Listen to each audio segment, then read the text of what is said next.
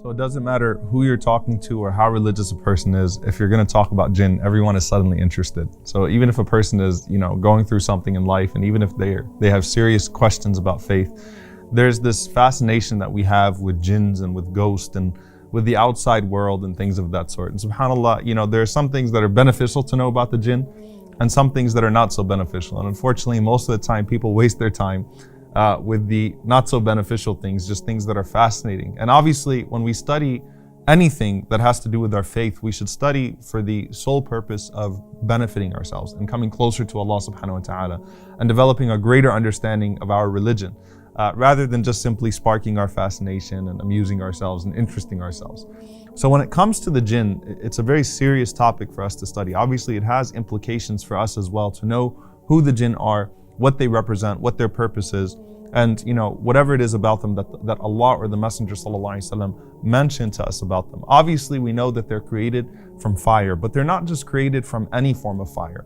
Allah subhanahu wa ta'ala says, وَخَلَقَ الْجَانَّ مِن مَارِجٍ مِن نَارٍ, that Allah subhanahu wa ta'ala created them from marijin min nar. The Prophet ﷺ, the way he described that is that they were created from a smokeless flame.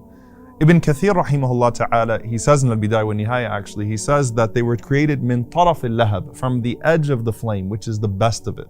So Allah is actually mentioning it to them in Surah Al-Rahman as a favor to them.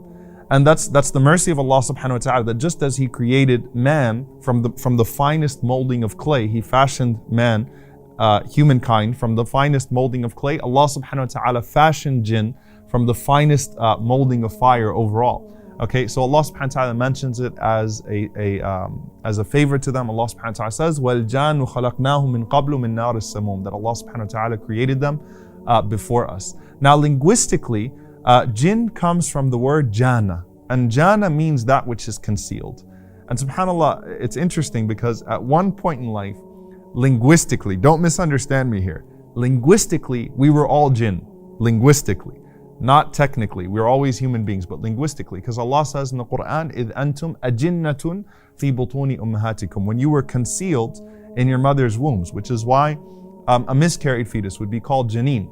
Okay, so jinn means that which is hidden, that which is concealed. Allah subhanahu wa ta'ala, He says, إِنَّهُ يَرَاكُمْ هُوَ وَقَبِيلُهُ مِنْ حَيْثُ لَا تَرَوْنَهُمْ, that verily Shaitan and his soldiers and his troops, they see you in ways that you can't see them. So they're concealed from us as human beings, and that's a test for us, and that's a favor that they have, that they can see us, but we can't see them. Animals can see them. So obviously we're greater than animals as far as our creation is concerned, but Allah subhanahu wa ta'ala tests us by concealing them from us. And that's actually why, one of the reasons why Allah subhanahu wa ta'ala bestowed upon us clothes, because most of the scholars said that the jinn don't actually even have that. Allah subhanahu wa ta'ala says, Ya bani Adam, O son of Adam, O children of Adam, قَدْ أَنزَلْنَا عَلَيْكُمْ لِبَاسًا يُوَارِي سَوْآتِكُمْ, that verily we have bestowed upon you clothing so that you could cover yourselves, warisha, and so that you could also adorn yourselves. So part of it is that we cover ourselves in front of one another, and that also Allah subhanahu wa ta'ala gave us something to conceal ourselves in front of the jinn that are around us, that we're unable to see. Now obviously in that fascination of jinn, subhanAllah, likewise you have a lot of theological deviation. So you'll find that the mushrikeen, the pagans of Mecca, as we mentioned, they called the angels the daughters of Allah subhanahu wa ta'ala, Banatul Rahman. They also went so far to call the jinn the brothers of Allah subhanahu wa ta'ala. So they assigned a gender to the angels, which is obviously inappropriate because the angels have no gender. And then they assume that all the jinn are men, and even worse, they're the brothers of Allah subhanahu wa ta'ala. Okay, so obviously Allah is free from the jinn and free from anything in that regard. The jinn do have genders. There are male jinn and there are female jinn. The Christians, on the other hand, they don't actually believe in a separate creation of jinn. In Judeo-Christian thought, they're all just fallen angels. The entire concept of demons is a race of fallen angels. And obviously, as believers, as Muslims, we separate between the angels and the jinn altogether, which is something that we view as a mistake theologically in Judeo-Christian thought. Now, what it is about the jinn is that they are mukallafun. They're just like us as human beings. They're mukallafun, which means that they are responsible for their actions. They have free will, just like human beings. And Allah subhanahu wa ta'ala, He says that the jinn said to the Prophet ﷺ, وَأَنَّا مِنَّا الْمُسْلِمُونَ وَمِنَّا الْقَاسِطُونَ, that we have some amongst us that are believers, that have submitted themselves to Allah subhanahu wa ta'ala, and we have some amongst us that are, rebellious transgressors, that have rebelled against Allah subhanahu wa ta'ala, like the shaitan, okay, like the devil himself, and so on and so forth. So there are different categories, but their purpose is in essence the same purpose as human beings. وَمَا خَلَقْتُ الْجِنَّ وَالْإِنسِ إِلَّا لِيَعْبُدُونَ.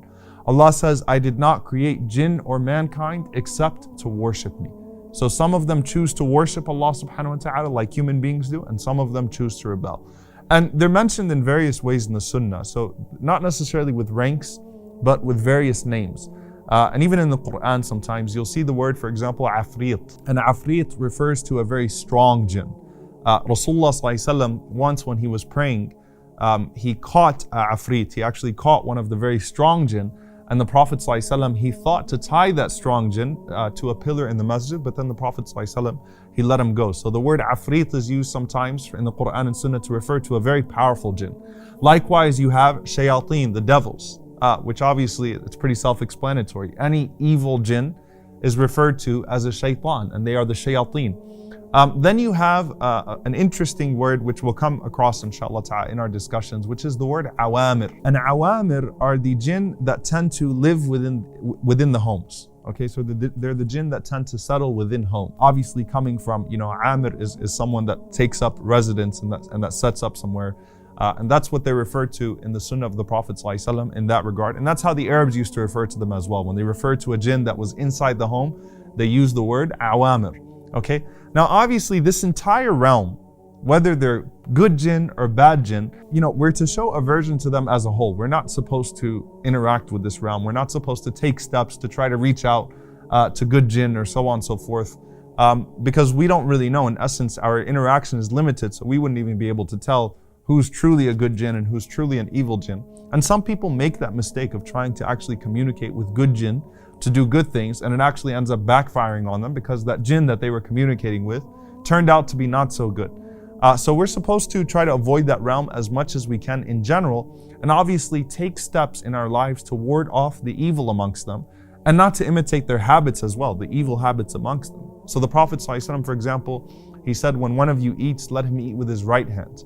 And when he drinks, let him drink with his right hand, because the shayateen, they eat with their left hands and they drink with their left hands. Okay, so the Prophet ﷺ is telling us to avoid being like them in that regard, avoid imitating the shayateen, avoid imitating the evil jinn, and also obviously take the steps to protect ourselves from them and from their harm.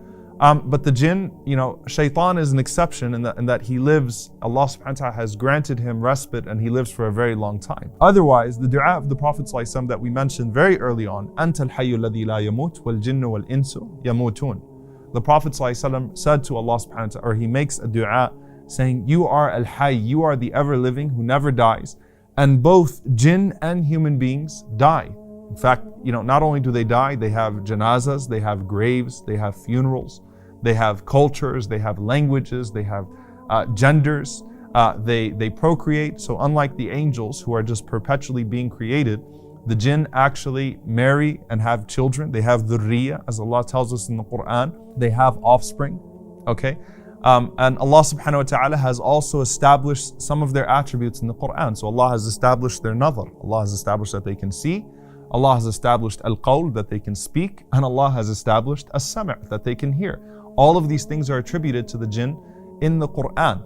Allah subhanahu wa ta'ala, He also, as He mentions to us in the story of Suleiman, that the jinn, what we can take from that is that the jinn are able to move much quicker and with far more ease than we are as human beings. They're able to fly, they're able to travel through the skies, they're able to move a lot faster and to get things done a lot faster than us, and to be in one place and another place far faster than we are. As is evidenced in many different stories of the prophets and in the Sunnah of the Prophet ﷺ. They also have a more fluid creation in the sense that their shapes can be very different. They can assume many shapes. Okay, so obviously, assuming that they can fly would mean that, or we know that they can fly or that they can reach the sky, so maybe they have wings. But, we also know that, again, the Prophet ﷺ mentions to us, sometimes they take an animal shape, sometimes they can even take a human shape. And the Prophet ﷺ, obviously encountered the shaitan once as a human being. Abu Hurairah radiallahu ta'ala anhu, he once encountered the shaitan, the devil, as a human being. Ibrahim alayhi salam, when he was tempted in the places of the Jamarat, where we stone today, he was tempted by the devil who was in the form of a man.